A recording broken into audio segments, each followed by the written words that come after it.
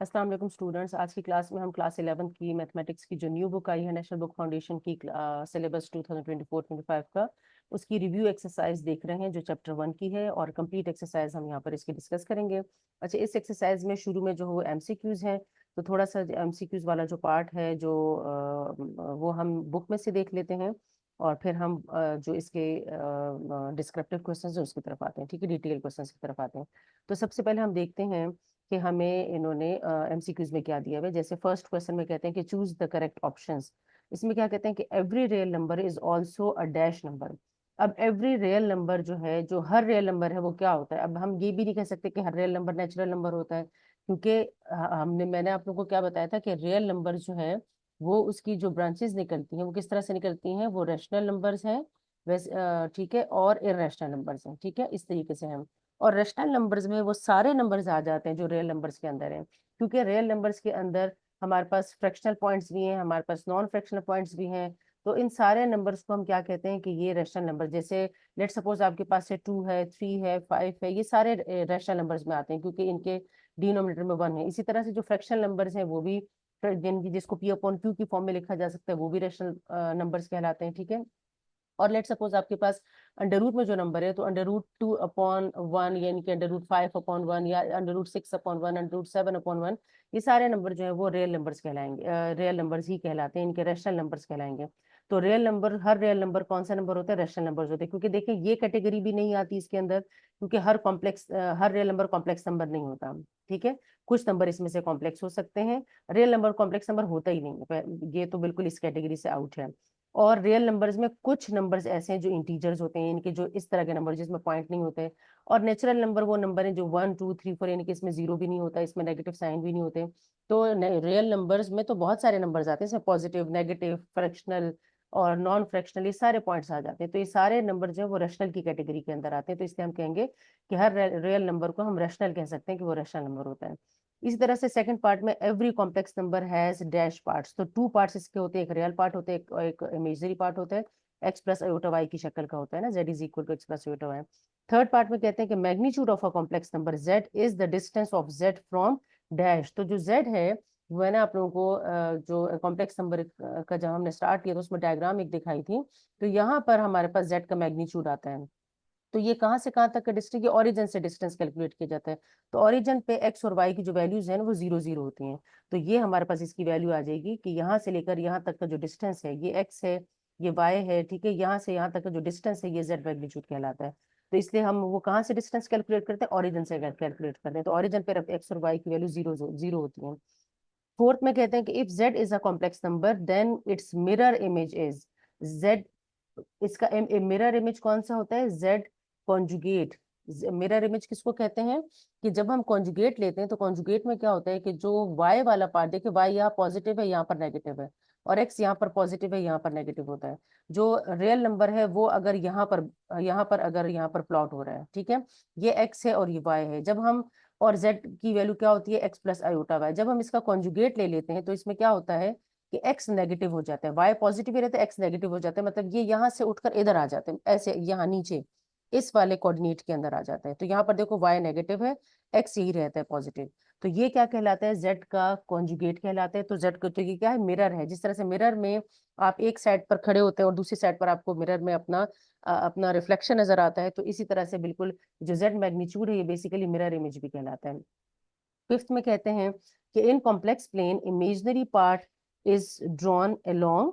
तो imaginary part जो है वो वाई एक्सिस के अलोंग ड्रॉ किया जाता है, एक्स एक्सिस के अलोंग रियल पार्ट ड्रॉ किया जाता है, और वाई एक्सिस के अलोंग इमेजनरी पार्ट ड्रॉ किया जाता है। ठीक है, इसी तरह से फिर कहते हैं नेक्स्ट में 6 में कि if z1 is equal to 3 plus iota.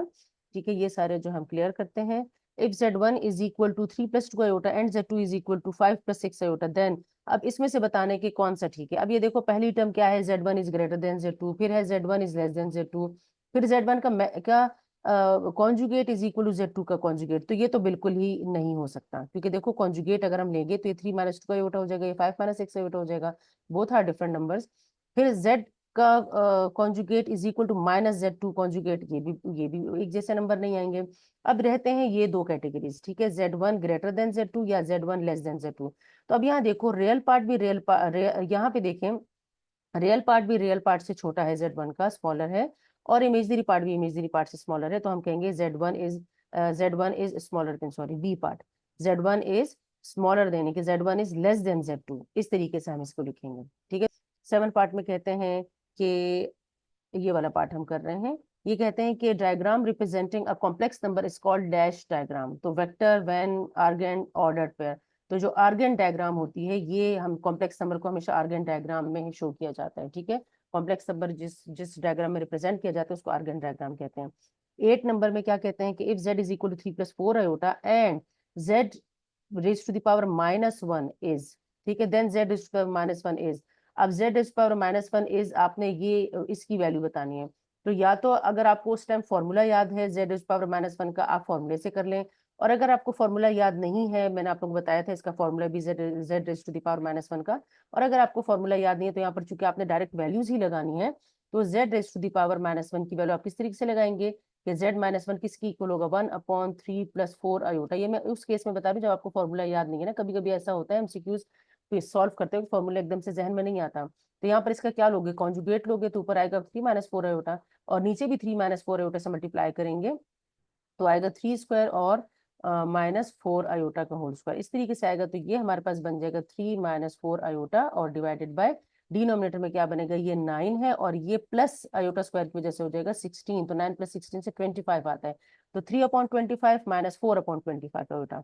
तो 3/25 और -4/25, चूंकि ऑर्डर्ड पेयर की शक्ल में लिखा है इसलिए आयोटा नहीं लिखा हुआ। ठीक है। तो ये वाला इसका डी ऑप्शन इसका करेक्ट है। 9 में क्या कहते हैं, द वैल्यू ऑफ -√25 और -√4। तो देखो -√25 जो है वो 5 आयोटा के इक्वल है, क्योंकि माइनस आयोटा के इक्वल होते हैं, और -4 अंडर रूट जो है वो 2 आयोटा के इक्वल होगा। तो 5 और 2 मल्टीप्लाई होंगे, 10 आ जाएगा, और आयोटा स्क्वायर से माइनस का साइन आ जाएगा, तो -10 इसका ऑप्शन ठीक है, बी पार्ट।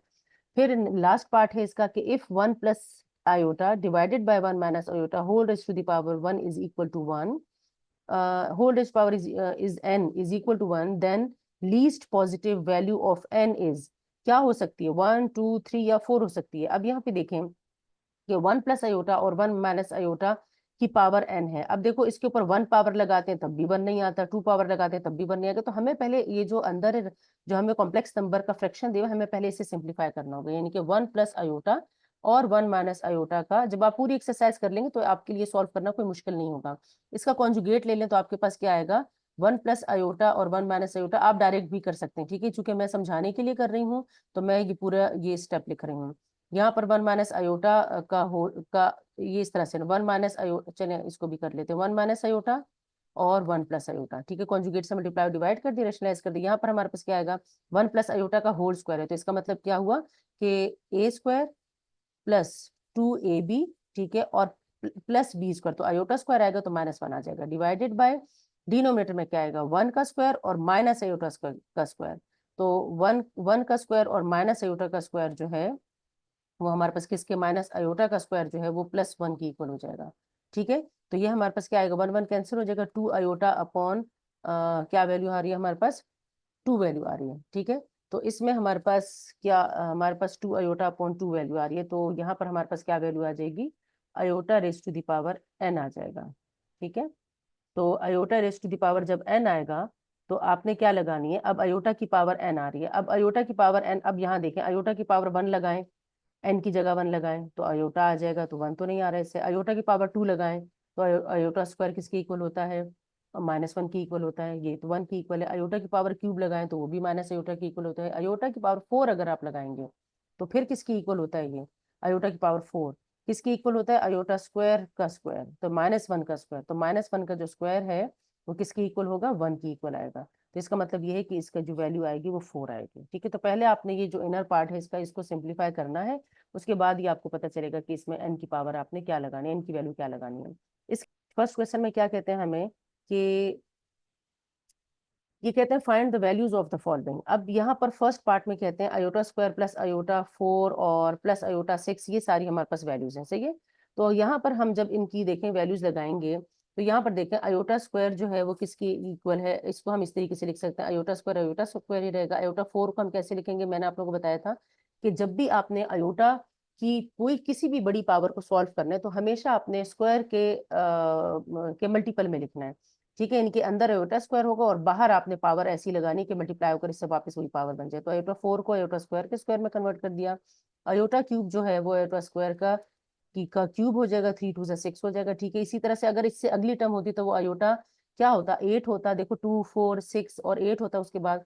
तो आयोटा 8 जो है किसकी इक्वल होता है, आयोटा स्क्वायर की पावर 4। और इसी तरह से वैल्यू चलती रहती है और आखिरी वैल्यू हमारे पास आती है आयोटा स्क्वायर की पावर 50। ठीक है, अब ये देखें काउंट करें कितनी वैल्यूज हैं। यहाँ पर देखें इसकी होल पावर लेट सपोज 1 है, तो 1 2 3 4 5 6 ये सारी हमारे पास टोटल 50 वैल्यूज हैं। ठीक है, 50 वैल्यूज हैं। और यहाँ पर देखें जब हम आयोटा स्क्वायर की वैल्यूज पुट करते हैं तो इस पहली वैल्यू से आएगा -1, दूसरी वैल्यू से आएगा +1, क्योंकि आयोटा स्क्वायर की पावर स्क्वायर है ना। चले हम इसको डिटेल के साथ कर लेते हैं। -1 की पावर 2 लगाएं, ठीक है, इस तरह से इसकी पावर 1 है। यहाँ पर -1 की पावर 3 लगाएं, यहाँ -1 की पावर 4 लगाएं, और इसी तरह से यहाँ पर -1 की पावर क्या आ जाएगा, 50 आ जाएगा। तो आप देखें कि आपके पास किस तरह का आंसर आएगा। ये -1 की पावर 1 इससे -1 ही रहेगा, -1 की पावर 2 होगा, स्क्वायर की वजह से पावर स्क्वायर की वजह से माइनस का साइन खत्म हो जाएगा, +1 आ जाएगा। इसी तरह से -1 का क्यूब तो -1 ही रहेगा। फिर -1 की पावर 4, अब पावर इवन है तो माइनस का साइन फिर प्लस हो जाएगा, तो 1 रह जाएगा। और इसी तरह से ये सारी वैल्यूज चलती रहेंगी और आखिरी वाली वैल्यू भी हमारे पास क्या आएगा, -1 की पावर 50 है, तो पावर चूंकि हमारे पास इवन है तो इसलिए हम -1 +1 में कन्वर्ट हो जाएगा। तो देखो टोटल हमारे पास 25 वैल्यूज हैं, तो टोटल हमारे पास 50 वैल्यूज हैं, जिसमें से आपके पास 25 वैल्यूज जो हैं वो क्या आई हैं, -1, और 25 वैल्यूज जो है वो आपके पास आएंगे +1। तो ये सब एक दूसरे को कैंसल आउट कर देंगे ठीक है, और आपके पास आंसर आखिर में आ जाएगा 0। तो इस तरीके से हमारा क्वेश्चन सॉल्व हो जाएगा। सेकंड पार्ट में कहते हैं कि 3 + 2 आयोटा। अच्छा, ये हमारे पास इस पूरे फ्रैक्शन के ऊपर मैग्नीट्यूड लगा हुआ है। तो पहले हम इनर पार्ट को सॉल्व करेंगे। पहले हम मल्टीप्लाई करेंगे 3 - 2 आयोटा और 1 + आयोटा को। 3 1 से मल्टीप्लाई, 3 1 + आयोटा से मल्टीप्लाई होगा तो आएगा 3 + 3 आयोटा। ठीक है, फिर -2 आयोटा मल्टीप्लाई होगा 1 + आयोटा से तो आएगा -2 आयोटा, और -2 आयोटा स्क्वायर हो जाएगा डिवाइडेड बाय, यहाँ पर हमारे पास आ जाएगा 2 - 3 एज इट इज। ठीक है, 2 - 3 आयोटा, ये मैग्नीट्यूड साथ साथ चलता रहेगा जब तक ये सिंप्लीफाई नहीं हो जाता। अब ये ऊपर वाला पार्ट इसको सिंप्लीफाई कर लें, ये आ जाएगा 3, यहाँ पर आ जाएगा 3 - 2 आयोटा से आयोटा आ जाएगा, और आयोटा स्क्वायर की वजह से ये साइन पॉजिटिव हो जाएगा तो ये +2 हो जाएगा डिवाइडेड बाय 2 - 3 आयोटा। ठीक है, इसका मैग्नीट्यूड। और इसके बाद हमारे पास वैल्यू क्या आती है, अच्छा हमारे पास इससे वैल्यू क्या बनेगी, 3 + 2 से हमारे पास आ जाएगा 5 + आयोटा डिवाइडेड बाय 2 - 3 आयोटा। अच्छा, अब हम क्या करेंगे, अब हम इसको रैशनलाइज करेंगे। जब हम इसे रैशनलाइज करेंगे तो हमारे पास ये किस तरीके से बनेगा, रैशनलाइज कर लेते हैं इसको। 5 + आयोटा को मल्टीप्लाई करेंगे किससे, 2 + 3 आयोटा से। इसी तरह से डिनोमिनेटर में भी 2 - 3 आयोटा को मल्टीप्लाई करेंगे किससे, 2 + 3 आयोटा से। ठीक है, और यहाँ पर मैग्नीट्यूड का साइन साथ साथ लगता रहेगा। इसके बाद हमारे पास वैल्यू आ जाती है, हम इसको फर्दर जब सॉल्व करते हैं तो 5 को 2 + 3 आयोटा से मल्टीप्लाई करेंगे तो आएगा 10 + 15 आयोटा। ठीक है, फिर आयोटा जब 2 + 3 आयोटा से मल्टीप्लाई होगा तो 2 आयोटा आएगा। आयोटा को जब 3 आयोटा से मल्टीप्लाई करेंगे तो आयोटा स्क्वायर की वजह से साइन माइनस हो जाएगा तो -3 आ जाएगा, और डिवाइडेड बाय, यहाँ पर 2 का स्क्वायर हो जाएगा 4, दरमियान में आते हैं माइनस का साइन, और 3 आयोटा का स्क्वायर हो जाएगा, 3 का स्क्वायर 9 और आयोटा का स्क्वायर -1, तो ये दरमियान का साइन प्लस हो जाएगा। मैग्नीट्यूड का साइन अपनी जगह पर लगा दें। इसके बाद आप क्या करेंगे, 10 - 3 से आपके पास आ जाएगा 7, और 15 + 2 से आपके पास आ जाएगा 17 आयोटा। ठीक है, और डिवाइडेड बाय 9 + 2 से आते हैं 13। इसको रियल और इमेजिनरी पार्ट को अलग अलग करके लिख दें, क्योंकि अब आपको इसका मैग्नीट्यूड लेना होगा। ठीक है, तो यहाँ पर हमारे पास आएगा +17/3, इस तरीके से इसका मैग्नीट्यूड। अब मैग्नीट्यूड का फॉर्मूला आप लोगों को पता है कि मैग्नीट्यूड का फॉर्मूला क्या है, कि रियल पार्ट का स्क्वायर और प्लस इमेजिनरी पार्ट का स्क्वायर लेते हैं। ठीक है, और अंडर रूट में लिखते हैं, ये मैग्नीट्यूड का फॉर्मूला है। अगर आपने पिछले एक्सरसाइजेस देखे हैं, पिछले वीडियो लेक्चर्स देखे हैं, सारे लेक्चर्स मेरे यूट्यूब चैनल पर अवेलेबल है, वो देख लें तो आपको ये चीज़ आसानी से समझ में आ जाएगी। अच्छा, इसके बाद जब आप इसका स्क्वायर खोलेंगे, एक्सपेंड करेंगे, तो आपके पास आ जाएगा 49 अपॉन, यहाँ पर आपके पास आ जाएगा 169, और यहाँ पर आपके पास आ जाएगा 289/169। ठीक है, और इस पर आप ले लेंगे स्क्वायर रूट। जब आप इसका एलसीएम ले लेंगे तो एलसीएम लेने के बाद आपके पास वैल्यू आएगी, यहीं पर हम लिख लेते हैं, एलसीएम लेने के बाद आपके पास वैल्यू आएगी 338 डिवाइडेड बाय 169। ठीक है, और इसके ऊपर स्क्वायर रूट, तो इससे जब आप सॉल्व करेंगे ये कैंसिल आउट हो जाएगा, यहाँ पर 2 आ जाएगा, तो आपके पास आंसर आ गया 2√2। ठीक है, इसके बाद हम थर्ड पार्ट देखते हैं। थर्ड पार्ट में भी हम पहले ये इसके ऊपर देखें 3 - 2 आयोटा और 4 - आयोटा के ऊपर पहले कॉन्जुगेट लगा है और मैग्नीट्यूड भी लगा है। तो पहले हम कॉन्जुगेट मैग्नीट्यूड के अंदर जो लगा है पहले कॉन्जुगेट सॉल्व करेंगे, उसके बाद मैग्नीट्यूड सॉल्व करेंगे। तो सबसे पहले कॉन्जुगेट भी सॉल्व करने से पहले हम क्या करेंगे, दोनों को मल्टीप्लाई करेंगे। तो दोनों को जब मल्टीप्लाई करेंगे, वैसे आप कॉन्जुगेट आप चाहे पहले अप्लाई कर दें चाहे आप बाद में अप्लाई कर दें, इससे कोई फर्क नहीं पड़ता। ठीक है, तो आप चाहो तो बाद में अप्लाई कर दो, और अगर आप पहले भी अप्लाई करना चाहते हैं तो आप पहले भी अप्लाई कर सकते हैं, इससे कोई भी फर्क नहीं पड़ता। तो अगर आप पहले अप्लाई करना चाहते हैं तो आप इस तरीके से लिखेंगे 3 - 2 आयोटा का कॉन्जुगेट और 4 - आयोटा का कॉन्जुगेट। ठीक है, और यहाँ पर आप रीजन लिख देंगे कि Z1 और Z2 का जो कॉन्जुगेट है वो इक्वल होता है Z1 conjugate into Z2 conjugate. ठीक है, अब यहाँ पर जब आप इसको मल्टीप्लाई पहले इसका कॉन्जुगेट ले लें तो इससे आपके पास आ जाएगा 3 + 2 आयोटा, और यहाँ पर आपके पास आ जाएगा 4 + आयोटा। मैंने सोचा कि पहले हम कॉन्जुगेट ले लेते हैं, बजाय इसके कि ये ऊपर वाला बार जो है वो बार बार लगाते रहें, तो हम पहले कॉन्जुगेट ले लेते हैं। अच्छा, इसके बाद अब आपके पास क्या आएगा, इनको मल्टीप्लाई करेंगे। 3 × 4 से आ जाएगा 12, 3 × आयोटा 3 आयोटा, 2 आयोटा × 4 से 8 आयोटा, और 2 आयोटा आयोटा मल्टीप्लाई होगा, आयोटा स्क्वायर हो जाएगा तो माइनस का साइन आ जाएगा और 2 आ जाएगा। ठीक है, इससे हमारे पास वैल्यू आ जाएगी 12 - 2 से हमारे पास आ जाएगा 10, और 3 + 8 से हमारे पास आ जाएगा 11 आयोटा, और इसका मैग्नीट्यूड। अब हम मैग्नीट्यूड लेते हैं, मैग्नीट्यूड का वही फॉर्मूला है कि 10 का स्क्वायर लगाएंगे प्लस 11 का स्क्वायर लगाएंगे और अंडर रूट लगाएंगे, और इसको जब आप सॉल्व करेंगे तो आपके पास आएगा 100 + 121 अंडर द रूट, और जब आप इसे ऐड कर लेंगे तो आपके पास आ जाएगा 221 अंडर द रूट। ये फर्दर सॉल्व नहीं होता, सिंप्लीफाई नहीं होता, इससे हम यही छोड़ देंगे। फोर्थ वाले में क्या कहते हैं कि एक फ्रैक्शन दिया हुआ है कॉम्प्लेक्स नंबर पर, उसकी पावर है -1। तो ऐसा करते हैं कि पहले इसकी पावर को पॉजिटिव कर लेते हैं, इस फ्रैक्शन का रेसिप्रोकल ले लेते हैं। ये 2 - 3 आयोटा ऊपर चला जाएगा और 3 + 5 आयोटा नीचे आ जाएगा, तो इसकी पावर हो जाएगी +1। वो आप लिखे या ना लिखे कोई फर्क नहीं पड़ता। अब हम इसके ऊपर कॉन्जुगेट रैशनलाइजेशन करेंगे इसकी, यानी कि कॉन्जुगेट से मल्टीप्लाई और डिवाइड करेंगे।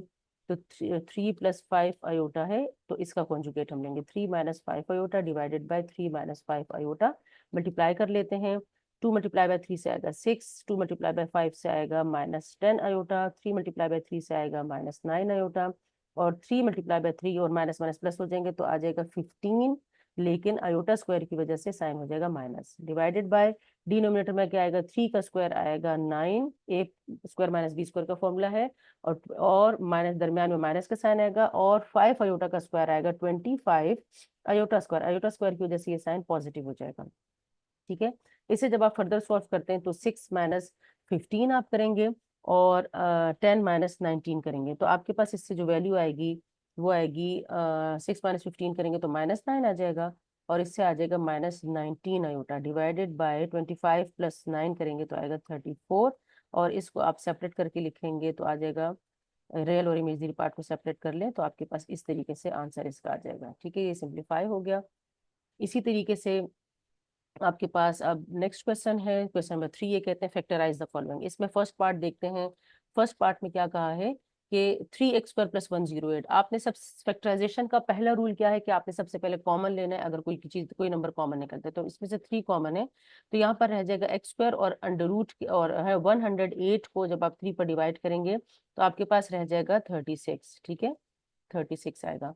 अब यहाँ पर चूंकि प्लस का साइन है और हमारे पास जो फॉर्मूला है जो हमें पता है वो a² - b स्क्वायर का, a² + b स्क्वायर का कोई फॉर्मूला नहीं है, तो a² - b square a - b और a + b के इक्वल होता है। तो हम इस माइनस के साइन को जनरेट करने के लिए क्या करेंगे कि ये जो दरमियान में प्लस का साइन है इसके जगह 2 माइनस के साइन हम लगा सकते हैं ना, वापस से प्लस हो जाएगा, वो इस तरीके से हम लगा सकते हैं ऐसे करके। ठीक है, तो अब हमारे पास क्या बनेगा, इससे इस प्लस को मैंने 2 माइनस में कन्वर्ट कर दिया, इस माइनस के साइन को जो 36 के साथ मैंने लगाया इसको आयोटा स्क्वायर की शक्ल में हम लिख देंगे ऐसे। ठीक है, क्योंकि -1 आयोटा स्क्वायर की इक्वल होता है। अब यहाँ पर हमारे पास फॉर्मूला क्या बन गया, x² - 6 आयोटा का स्क्वायर। ठीक है, इस तरीके से बन गया। तो अब ये a² - b स्क्वायर का फॉर्मूला बन रहा है हमारे पास, तो a + b और a - b हमारे पास इससे आ जाएगा, तो ये फैक्टराइज हो गया। इसी तरह से अब इसका सेकंड पार्ट देखते हैं। सेकंड पार्ट में भी 4 कॉमन आता है, 4 कॉमन हम लेंगे, ये सेकंड पार्ट हम कर रहे हैं। 4 कॉमन लेते हैं तो आ जाएगा x² + 10, बिल्कुल ऐसे ही आपने दो माइनस के साइन लगाने हैं और एक माइनस के साइन को अयोटा स्क्वायर में कन्वर्ट कर देना है, क्योंकि हमारे पास फॉर्मूला जो है वो ए स्क्वायर माइनस बी स्क्वायर है। तो यहाँ पर 10 अयोटा स्क्वायर आ जाएगा। अब 10 का चूंकि परफेक्ट स्क्वायर नहीं है 10, तो इसको परफेक्ट स्क्वायर बनाने के लिए हम इसके ऊपर स्क्वायर रूट लगा देंगे और अयोटा एज इट इज आ जाएगा और इसके ऊपर होल स्क्वायर लगा देंगे, ऐसे हम लिख सकते हैं। ठीक है, अयोटा का स्क्वायर हो गया और 10 का स्क्वायर नहीं होता चूंकि, तो 10 का अंडर रूट लगा दे, स्क्वायर अंडर रूट और स्क्वायर रूट स्क्वायर कैंसिल होते हैं, तो वापस से 10 बन जाता है। अब ये ए स्क्वायर माइनस बी स्क्वायर का फॉर्मूला बन गया, तो हमारे पास आएगा ए और यहाँ आएगा प्लस प्लस बी और आएगा ए माइनस बी।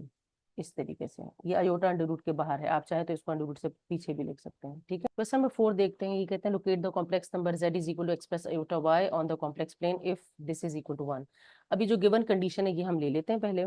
गिवन हमें क्या दिया हुआ है कि z plus 2 iota divided by z minus 2 iota का जो मैग्नीट्यूड है वो इक्वल टू 1 है। ठीक है, अब हमें ये बात पता है कि z का z1 डिवाइडेड बाय z2 का जो मैग्नीट्यूड होता है वो इक्वल होता है z1 magnitude divided by z2 magnitude, यानी हम इन्हें अलग अलग करके लिख सकते हैं। तो हम इन्हें अलग अलग करके लिख देंगे, यहाँ पर ये सेंस का साइन लगा दें, तो हम यहाँ लिखेंगे z प्लस 2 अयोटा का मैग्नीट्यूड और divided by z minus 2 iota का मैग्नीट्यूड इज इक्वल टू 1।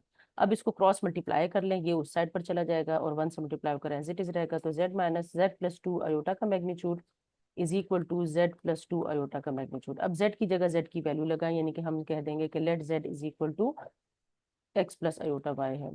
तो दिस इम्प्लाइज, अब z की जगह x प्लस अयोटा y लगाएं, तो x plus iota y plus 2 iota का मैग्नीट्यूड इज इक्वल टू, यहाँ पर भी लगेगा क्या, z प्लस 2, सॉरी z की जगह हम x प्लस अयोटा y लगाएंगे, तो यहाँ पर हम इसको करेक्ट करते हैं, z की जगह हम लगाएंगे x प्लस अयोटा y,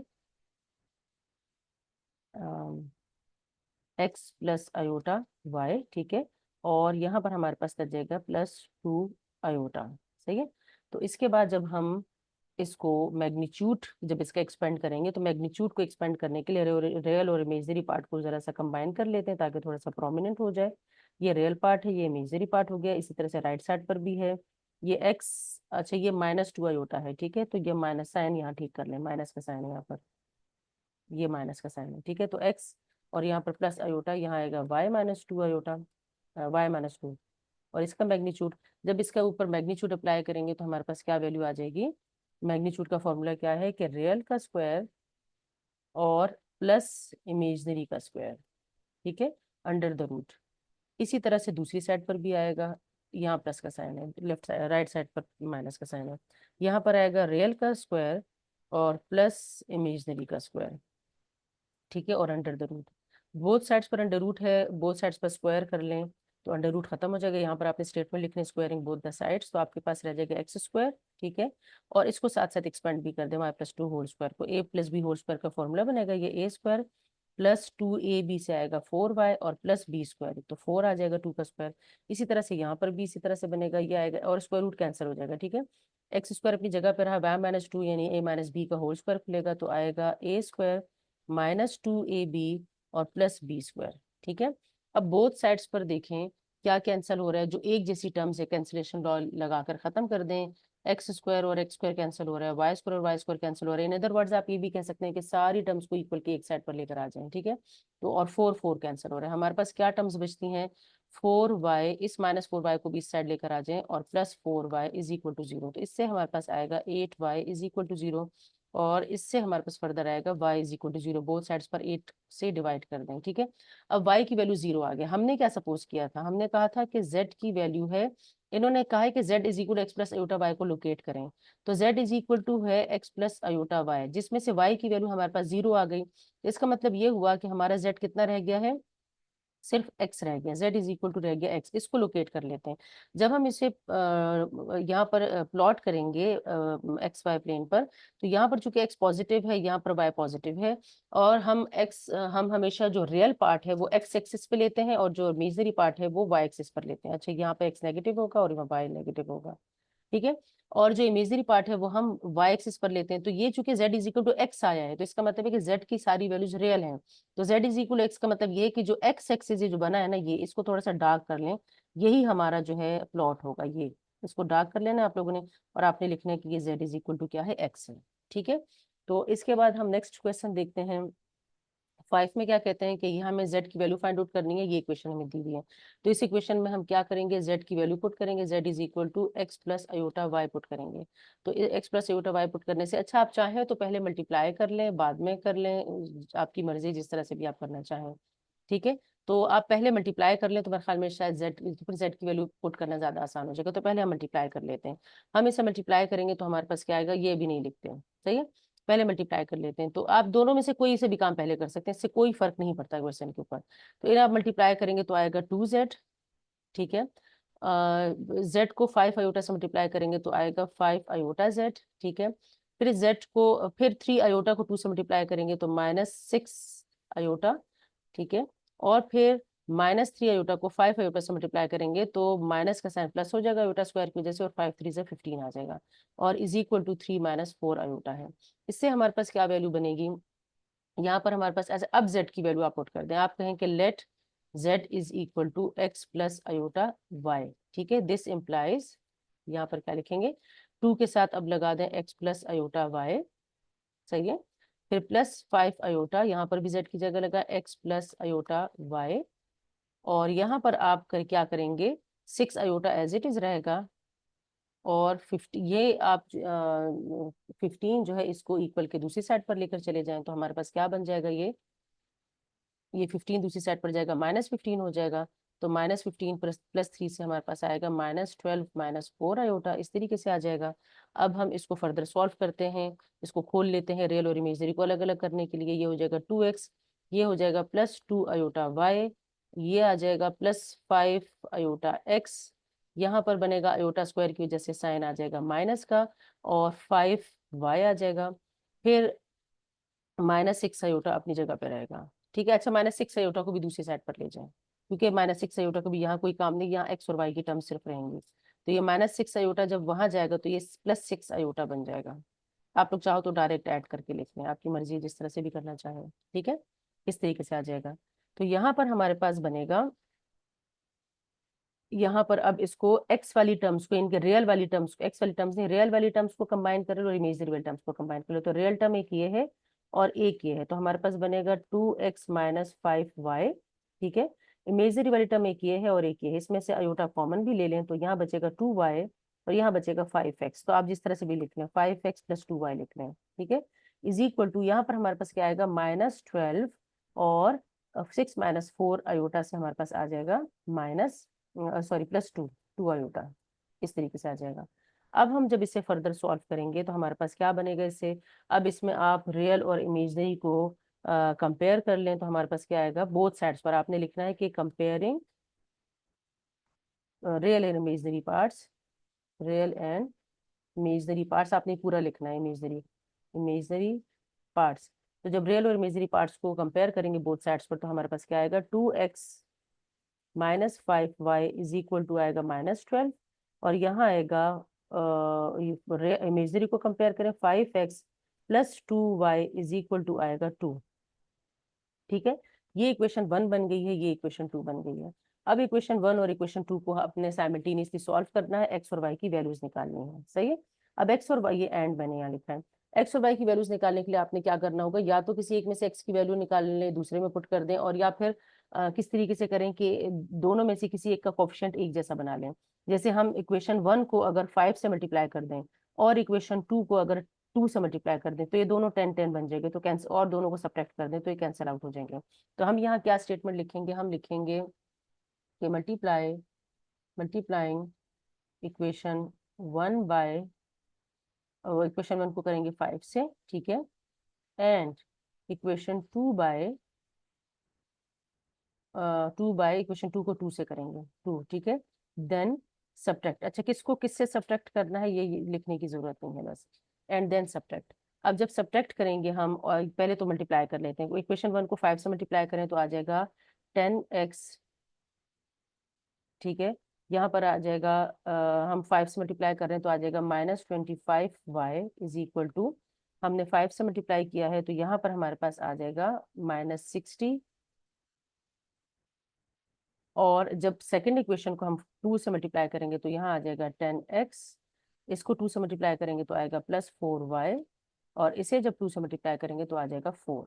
ठीक है, अब यहाँ पर हम सब्ट्रैक्ट चूके कर रहे हैं तो ये साइन चेंज हो जाएंगे नीचे वाले, यहाँ पर ये कैंसिल आउट हो जाएगा और 25 और 4 ऐड हो जाएंगे तो आ जाएगा, यहाँ पर एक लाइन लगाते हैं, यहाँ पर आ जाएगा -29y इज इक्वल टू 64, 60 में से 60 और 4 ऐड हो जाएंगे तो -64 आ जाएगा। तो y की वैल्यू आपके पास आ जाएगी 64/29। ये हमारे पास y की वैल्यू आ गई।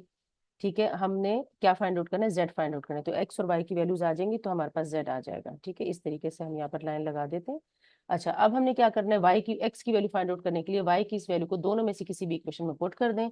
तो हम लिखेंगे कि putting y is equal to 64/29 in equation 1, किसी में भी आप पुट कर दें इक्वेशन 1। ठीक है, तो इक्वेशन 1 क्या बन जाएगी, इक्वेशन 1 इम्प्लाइज क्या बनेगी, इक्वेशन 1 है 2x, तो 2x अपनी जगह पे रहेगा, फिर है -5y, y की जगह लग जाएगा 64/29। ठीक है, और इसके बाद आपके पास वैल्यू आ जाएगी -12 इज इक्वल टू -12। ठीक है, अब यहाँ पर जब आप इसे 2x इज इक्वल टू, यहाँ पर आप लगाएं 2x इज इक्वल टू, यहाँ पर जब ये इसको आप या तो आप मल्टीप्लाई कर लें या डायरेक्ट आप इसको दूसरी साइड पर लेकर चले जाए, दूसरी साइड पर जाएगा ये ऐड हो जाएगा, तो -12 प्लस यहाँ पर क्या आ जाएगा 5 इंटू 64/29 करेंगे, आप इसका एलसीएम लेंगे तो आपके पास आ जाएगा 2x इज इक्वल टू, ठीक है, एलसीएम लेंगे तो आपके पास क्या आ जाएगा, इसको कैलकुलेट कर लेते हैं और देखते हैं कि इससे क्या वैल्यू आती है। अच्छा, इससे मैंने कैलकुलेट कर लिया है, इसकी इसकी वैल्यू हमारे पास आती है, डिनोमिनेटर में हमारे पास आ जाएगा 29, और न्यूमरेटर में हमारे पास क्या आ जाएगा, यहाँ आएगा -348। ठीक है, आप जब इसे मल्टीप्लाई करेंगे और यहाँ पर आपके पास आ जाएगा ये जो 5 और 64 इसे जब आप मल्टीप्लाई करेंगे तो इससे आपके पास आ जाएगा 320। ठीक है, और जब आप इन दोनों को सब्ट्रैक्ट कर लेंगे तो 348 में से 20 को सब्ट्रैक्ट करेंगे तो आपके पास क्या आ जाएगा, 28 अपॉन, माइनस का साइन साथ में आएगा। ठीक है, -28/29 आ जाएगा। अब 2x इज इक्वल टू -28/29 आ रहा है, तो यहाँ पर मैं लिख देती हूँ, आपके पास क्या वैल्यू आ रही है, 2x, 2x is equal to -28/29। अब ये 2 से यहाँ मल्टीप्लाई हो रहा है, 2 जब ये दूसरी साइड पर जाएगा तो क्या हो जाएगा, डिवाइड हो जाएगा, तो x इज इक्वल टू क्या हो जाएगा, -28 डिवाइडेड बाय 2 मल्टीप्लाई बाय 29, तो 2 और 28 कैंसिल हो जाएंगे, तो x की वैल्यू आपके पास आ जाएगी -14/29। तो x की वैल्यू हो गई -14/29, y की वैल्यू हमारे पास ये हो गई, तो z की वैल्यू आप कैसे लिखेंगे, z इज इक्वल टू, यहाँ पर हम लिखते हैं, चलिए हम नेक्स्ट पेज पर लिख लेते हैं, z की वैल्यू हमारे पास क्या बन जाएगी, हम नेक्स्ट पेज पे चलते हैं, यहाँ पर लिख लेते हैं, z की वैल्यू हमारे पास क्या बनेगी, z की वैल्यू हमारे पास बनेगी, ये हम क्वेश्चन नंबर 5 का रिमेनिंग पार्ट कर रहे हैं। ठीक है, z की वैल्यू हमारे पास बनेगी x प्लस अयोटा y होता है, तो this implies z is equal to, x की वैल्यू पहले लगाएंगे -14/29 और प्लस अयोटा, और यहाँ पर y की वैल्यू लगाएंगे 64/29। ठीक है, यही वैल्यूज हमारे पास आई थी, देखें पीछे देखें, ये हमारे पास आ गई थी x की वैल्यू और ये हमारे पास आई थी y की वैल्यू। इसी तरह से अब क्वेश्चन नंबर 6 सॉल्व करते हैं। क्वेश्चन नंबर 6 में क्या कहते हैं कि इवेल्युएट दिस क्यूब। ठीक है, पहले हम इनर पार्ट इसका देखते हैं, क्यूब के अंदर हमारे पास क्या वैल्यू आ जाएगी, 1/10 आयोटा की पावर 10 है, तो मैंने आपको बताया कि जब भी आयोटा की पावर 2 से ज्यादा है तो आपने इसको 2 की मल्टीपल में कन्वर्ट कर देना, तो 2 की पावर 2 और 5 हम करके लगा सकते हैं ना, 5 2 से 10 वापस आ जाते हैं। और यहाँ पर जो हमारे पास जो भी दो टर्म्स है इसे भी हम एक्सपेंड कर लेते हैं, तो यहाँ पर हमारे पास 2 माइनस आयोटा का स्क्वायर है, 2 माइनस आयोटा का स्क्वायर एक्सपेंड कर लें ए माइनस बी के होल स्क्वायर से, तो आएगा ए स्क्वायर -2ab। ठीक है, तो आएगा 4, और इस तरह से कर लें, चलिए मैंने लिख लिया है 2ab और प्लस बी स्क्वायर, सही है। और यहाँ पर हमारे पास आएगा -25 का अंडर रूट है, तो माइनस का अंडर रूट आयोटा के इक्वल हो जाएगा और 25 का अंडर रूट 5 के इक्वल हो जाएगा, तो 5 आयोटा आएगा, होल पावर 3 है, तो आपने ये साथ साथ चलाते रहना है। इसके बाद क्या आएगा, 1 अपॉन आयोटा स्क्वायर की जगह आप -1 लगाए तो -1 की पावर 5 आ गई। और यहाँ पर आप जब इसे सॉल्व करेंगे तो क्या आ जाएगा 4, ये बाहर प्लस का साइन है तो ब्रैकेट को आप खोल भी लेंगे कोई फर्क नहीं पड़ेगा, -4 आयोटा, और यहाँ पर आएगा -1, और यहाँ है 5 आयोटा। इन सारी टर्म्स को मैंने कंबाइन करके लिख दिया है और whole cube as it is लगा दें। यहाँ पर चूंकि 1 अपॉन -1 की पावर 5 है तो -1 की पावर 5 चूंकि ऑड नंबर है पावर तो माइनस का साइन माइनस ही रहेगा, तो ये 1 अपॉन -1 से -1 रह जाएगा, ठीक है। प्लस यहाँ पर आएगा 4 -1 से आ जाएगा 3, 4 आयोटा प्लस 5 आयोटा से हमारे पास आ जाएगा प्लस आयोटा, ठीक है, और होल क्यूब आ जाएगा। इसको फर्दर सॉल्व करते हैं तो 3 -1 से आ जाएगा 2, तो हमारे पास आया है 2 प्लस आयोटा का क्यूब। अब इसे हम क्यूब के फॉर्मूले से एक्सपेंड कर लेंगे।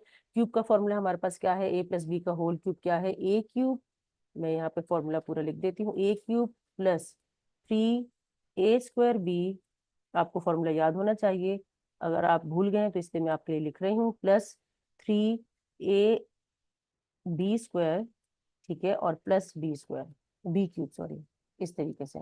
तो इसे जब हम फर्दर एक्सपेंड करते हैं तो यहाँ हमारे पास आ जाएगा 8, यहाँ पर हमारे पास 2 2 ज़ा 4 और 4 3 ज़ा 12 हो जाएगा, तो 12 आयोटा आ जाएगा। यहाँ पर हमारे पास 3 2 ज़ा 6 होगा और आयोटा स्क्वायर की वजह से माइनस हो जाएगा साइन, तो 6 आ गया। और आयोटा क्यूब जो है वो किसकी इक्वल है, इसको हम आयोटा स्क्वायर की power iota iota square into iota करके लिख सकते हैं, इस तरीके से। इसको 3 की चूंकि 2 का मल्टीपल नहीं है ना, तो आयोटा स्क्वायर इंटू आयोटा लिख दिया।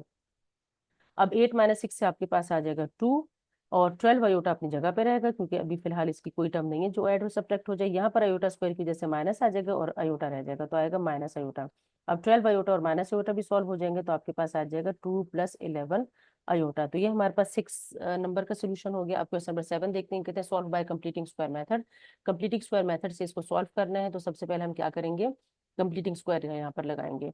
तो 2z², अब ये मैंने आप लोगों को पिछली उसमें लेक्चर्स में बताया है कि जब भी z² के साथ कोई ऐसा नंबर है जो परफेक्ट स्क्वायर नहीं है तो आपने पूरी इक्वेशन को उस पर डिवाइड कर देना है।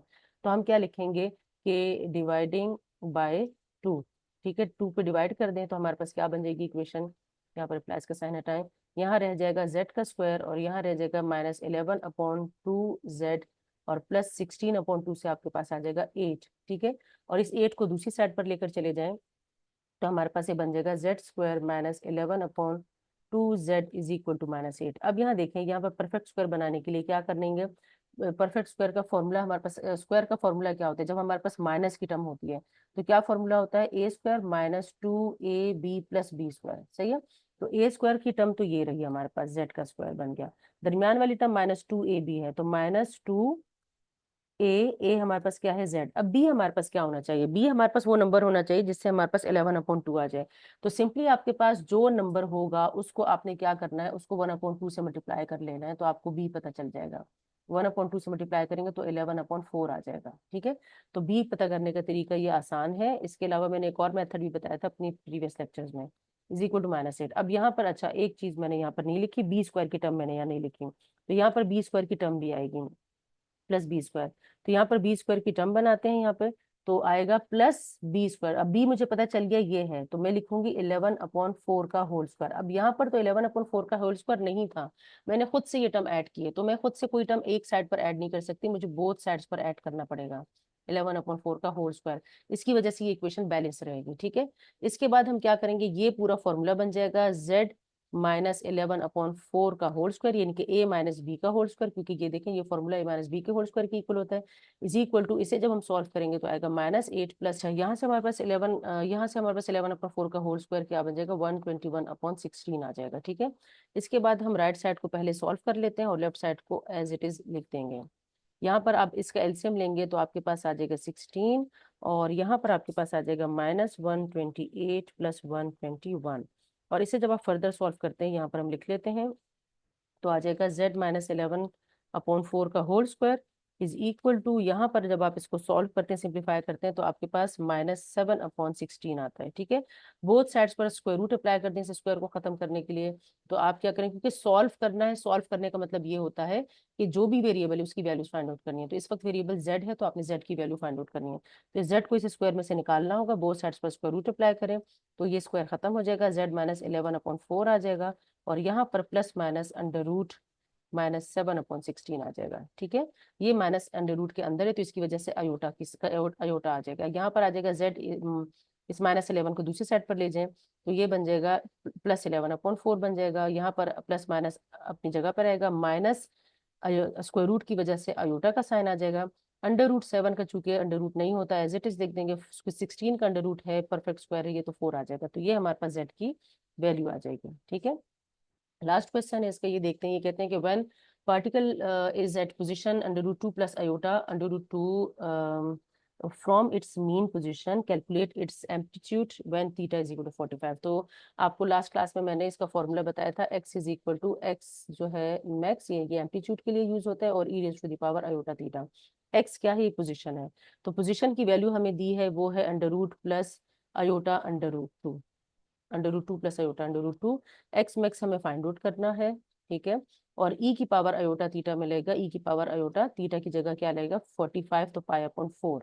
ठीक है, अच्छा, अब मैं आपको बता चुकी हूँ कि 45 को π/4 में कैसे आप 45 भी लिख सकते हैं, इससे कोई फर्क नहीं पड़ता। और अगर पाई की शक्ल में लिखने तो 45 को आप मल्टीप्लाई करेंगे किससे, 180 π/180 से, तो आपके पास ये π/4 आ जाएगा। सही है, अच्छा, अब यहाँ पर क्या आएगा, √2 plus iota √2 as it is आ जाएगा। यहाँ पर एक्स मैक्स अपनी जगह पे रहेगा, इसको हम एक्सपेंड कर लेते हैं यूलर फॉर्मूले से। यहाँ पर आएगा cos π/4 प्लस अयोटा साइन π/4।